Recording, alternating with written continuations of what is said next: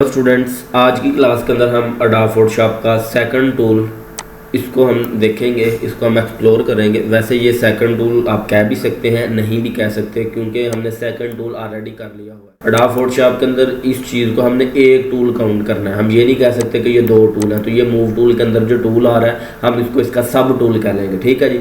इसी तरह ये जो वाला जो टूल है इसके अंदर 4 टूल्स आ रहे हैं, तो आपने इसको सिंगल काउंट करना है, ठीक है जी। तो इस वजह से हम आज इस टूल को देखते हैं। ये मैंने अपनी पिक्चर इस वजह से ली है क्योंकि YouTube की पॉलिसी बहुत सख्त है। मैं किसी की अगर पिक्चर को ऑनलाइन लूँगा फ्री मिल जाती है, लेकिन उसके लिए टाइम लगना था, तो कॉपीराइट का इशू आ जाता है। अगर आप किसी की चीज़ यूज़ करते हैं तो मैं अपनी पिक्चर कभी यूज़ नहीं करता, लेकिन मैं इस वजह से कर रहा हूँ ताकि कॉपीराइट का इशू ना आए। तो चलें स्टार्ट करते हैं। सबसे पहले हमारे पास रेक्टेंगुलर मार्क टूल आ रहा है। ये क्या करता है कि आपने इस पर्सन को सिलेक्ट करके न्यू फाइल में लेके जाना है, लेकिन कोई स्पेसिफिक पार्ट। तो यहाँ पे हम इसको सिलेक्ट करते हैं। जैसे ही हम इसको सिलेक्ट करेंगे तो ये वाला एरो आप लोग गौर से देख लें ये वाला एरो, इस एरो के साथ हम इस सिलेक्शन जो कि ये वाली सिलेक्शन, इसको एडजस्ट कर सकते हैं किसी भी जगह पे। ये देखें, ठीक है जी। तो जब ये आपकी सिलेक्शन एडजस्ट हो जाए उसके बाद आप लोगों ने मूव टूल लेना है, और मूव टूल लेने के बाद हमने इसको ऐसे ड्रैग करना है। ये वाली जो हमारी पीछे फाइल है यहाँ पे ला के यहाँ पे छोड़ना है, तो वो वाली पिक्चर हमारी जो है वो यहाँ पे आ जाएगी। तो मैं कीबोर्ड से शिफ्ट प्रेस करके इस पिक्चर को जो है वो छोटा कर रहा हूँ ताकि चारों तरफ से जो एक जैसी स्मॉल हो। तो ये हमारे पास जो पिक्चर है वो उधर से सिलेक्ट होके इधर आ गई। तो यहाँ पे अगर हम आते हैं तो ये ऑलरेडी सिलेक्शन है, ठीक है जी। तो हम इसको डी सेलेक्ट करने के लिए कीबोर्ड से कंट्रोल डी करेंगे, ठीक है जी।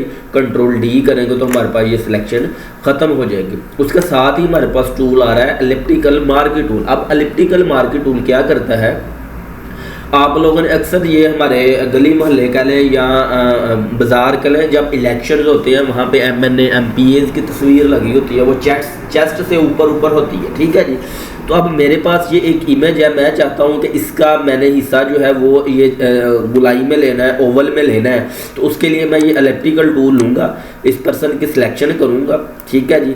और यहाँ पे सिलेक्शन करने के बाद इसको एडजस्ट करूँगा, और एडजस्ट करने के बाद मैं मूव टूल लूँगा। मूव टूल लेने के बाद मैं इसको न्यू फाइल में लेके जाऊँगा, और न्यू फाइल में लेके जाने के बाद आप लोग इसको अपनी फ्लैक्सीज, ठीक है, या आप कोई ऐसे जो बैनर्स बनते हैं जो हमारे गली मोहल्लों में लगे होते हैं, इधर हमारे पास एक सियासतदान की और इसके बाद इस साइड में एक सियासतदान की तस्वीर लगी होती है, तो वो ऐसे ही लगी होती है।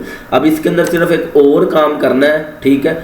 उसमें ये था कि हमने इसका पहले बैकग्राउंड रिमूव करना होता है, तो वो बैकग्राउंड रिमूव करके इसका पैनाफ्लेक्स डिज़ाइन करना, वो मैं आपको नेक्स्ट वीडियोज़ के अंदर बताऊंगा। लेकिन फ़िलहाल आप इसका सिंपल सा काम देखें कि अगर आप लोगों ने इसको सर्कल में करना हो, अपना सेलेक्ट करके किसी न्यू फाइल में लेके जाना हो, तो आप लोग यहाँ पे लेके आ सकते हैं, ठीक है। अब ये जो मैंने सर्कल में इसकी सिलेक्शन की है, इसको मज़ीद मुझे Alt Ctrl S सेव करवा के, ठीक है जी, यहाँ से मुझे इसकी PNG फॉर्म जो है ये वाली, ठीक है जी, ये PNG फॉर्म जो है ये वाली, ये मुझे सेव करवानी पड़ती है। उसके बाद एक और सॉफ्टवेयर होता है कोरल ड्रा, जिसके अंदर प्रोफेशनल किस्म की पैनाफ्लेक्सिस बनती है, ठीक है जी, उर्दू का अरबिक का काम होता है।